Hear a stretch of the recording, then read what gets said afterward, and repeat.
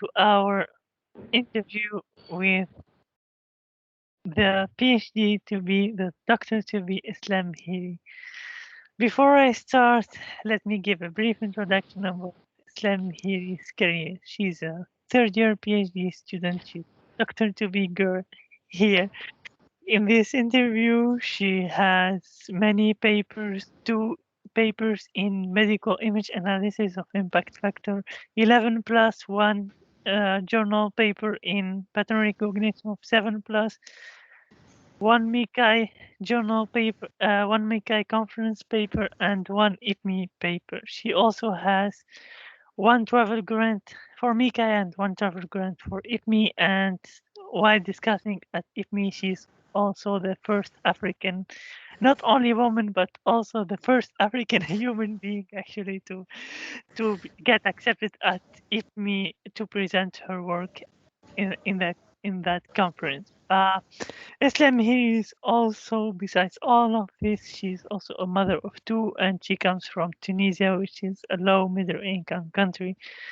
And with that, I welcome you, Islem Mhiri. Welcome.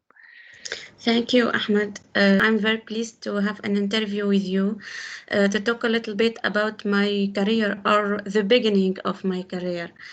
So, thanks for this invitation. So, tell us more about yourself. I studied my engineering and master degree at the National Engineering School of Sousse. Since 2018, I joined Basira Lab as an intern in PrepMe. So, following an internationally competitive selection process, so I received an intensive training in machine learning, representation learning, and medical imaging for 8 weeks. So through that, I became interested in machine learning and medical imaging at an early stage. And this led me to do my PhD in medical imaging. Since I have in the field and I will defend my thesis soon. Yeah, nice.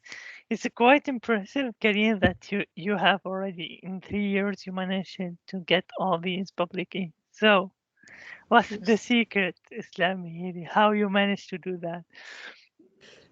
So I can reduce my experience in 3 words: perseverance, patience, and support. So if you want, you can. Nothing is the result of chance. There are times where I sacrificed time with my husband and my kids to finish an article on time. There are times where I postpone my meetings with my friends to a more convenient time. So when we are determined to succeed, we have to make changes in our personal lives, in our friendships and our relationships. So it's not about neglecting your lovers, but it's about working around your personal life. Yeah. Yeah. Also, patience. So a researcher should be patient. You should accept success and failure and never give up. Don't give up from your first failure. So, for example, for my first paper, I didn't get the acceptance of my first paper from the first time. In fact, this paper was, I worked in this paper in the PrepMe program, and all my colleagues in this program got the acceptance of their papers. And I was the last one. So really, I was disappointed. And I, in sometimes, I said I should stop this program so. And then when I got the acceptance of my paper with a high impact in a high impact journal like medical image analysis, so I learned from my failure, and I think that we should never give up, and we should learn from our failures. Yeah. Yeah, so you have been using quite a lot of, let's say, yeah, like perseverance, patience, disappointment. Also, there is a third important thing. It's the support.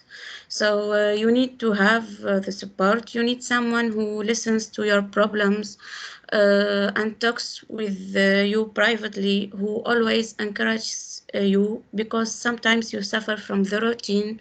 So you should have someone who pushes you. And really, this is my husband. So I want to thank him a lot. Also, there is another support. It's an important support who are my colleagues. So in Basira Lab, I found a friendly environment. We help each other and we advise each other. Really, Basira Lab was my second family. Yeah. Yeah. So, as I said, you have been mentioning quite some difficult words like perseverance, patience, disappointment, support. So, this intrigues in me a question about your most difficult moments. So, tell us more about the hardest times that you lived through during your PhD. So, in fact, working in a low income country is itself a challenging task. Yeah, maybe many people will be surprised, but in our country, a PhD student earns only $90 per month, which is not sufficient even for transport. So, also, we haven't any scholarship to attend the conference or to cover the registration fees. Um, so fortunately, I got the Student Travel Award to present my paper in MICCAI, also a scholarship from ITME to present my ITME paper. Really doing a PhD in a developing country is a challenging task.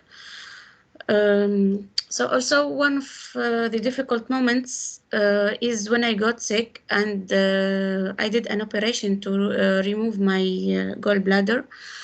Really, it was very difficult because I had a lot of works and deadlines, and I was so stressed. And this operation was unexpected, so it was very difficult moments. Also, I remember that when I am preparing the EP paper, I slept no more than 4 or 5 hours per day, and I couldn't cook for my family. I couldn't do anything. We ate sandwiches for the whole day, and even my husband did the most of the nursery runs. Yeah. Yeah. So, at first, you mentioned a bit about these financial difficulties that you have as a student in a lower and middle income country. So, do you think that being such a student in such a country pushes you towards getting uh, these scholarships and these travel grants because you don't have any option left? Yeah, really, the scholarships is one of many things. As I said, in our country, they did not cover any registration fees, or they did not give us any scholarship. So this pushes me to apply for a scholarship. Also, I want to show to the world that I am a woman from undeveloped country. I can claim the stars, and I can exist and be a leader. So I will continue on this path, and I want to say to women from undeveloped countries, never give up or say no, I haven't any encouragement or any scholarships, so I couldn't do a PhD, or I couldn't apply for good conferences like MICCAI or Mhm. ETNI or any others.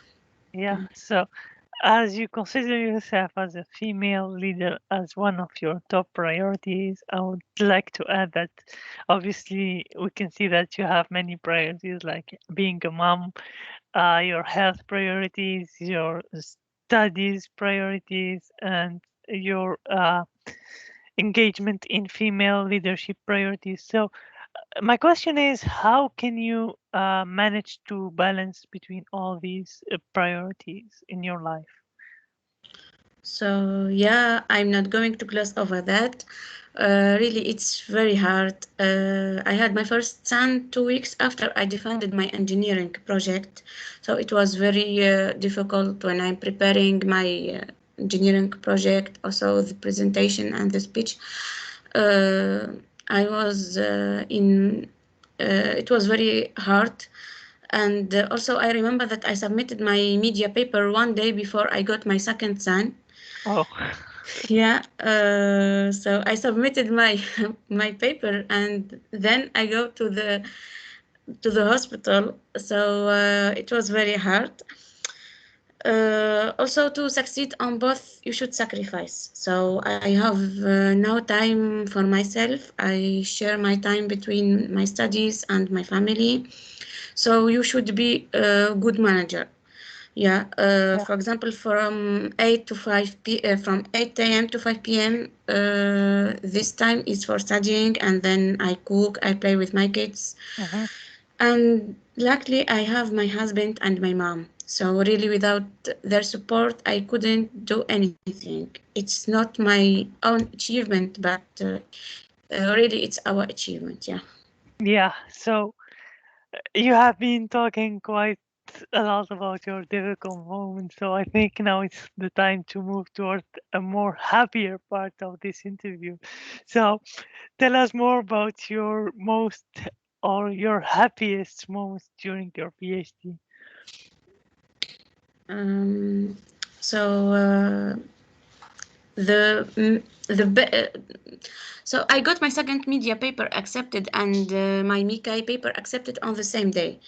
I remember that I woke up at 2 a.m. to breastfeed my baby, and I opened my phone. I saw the acceptance email from my MICCAI paper. So I used to, when I'm breastfeeding my baby, yeah. So I used to open my phone, and once I saw the acceptance of my MICCAI paper, I cried, and I woke up my husband. It was, as I said, uh, 2 a.m. So the poor thing, that something happened to my son, and when he understood that I got the acceptance of my MICCAI paper, he was crying with me. So really, it's the best moment, yeah.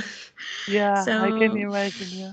yeah, Actually, you made I a mistake. You were saying I breastfeed my papers. So do you actually consider your papers as a baby as your baby? yeah, really. So when I talked with my husband, I said to him that I have three babies, my two kids and my study.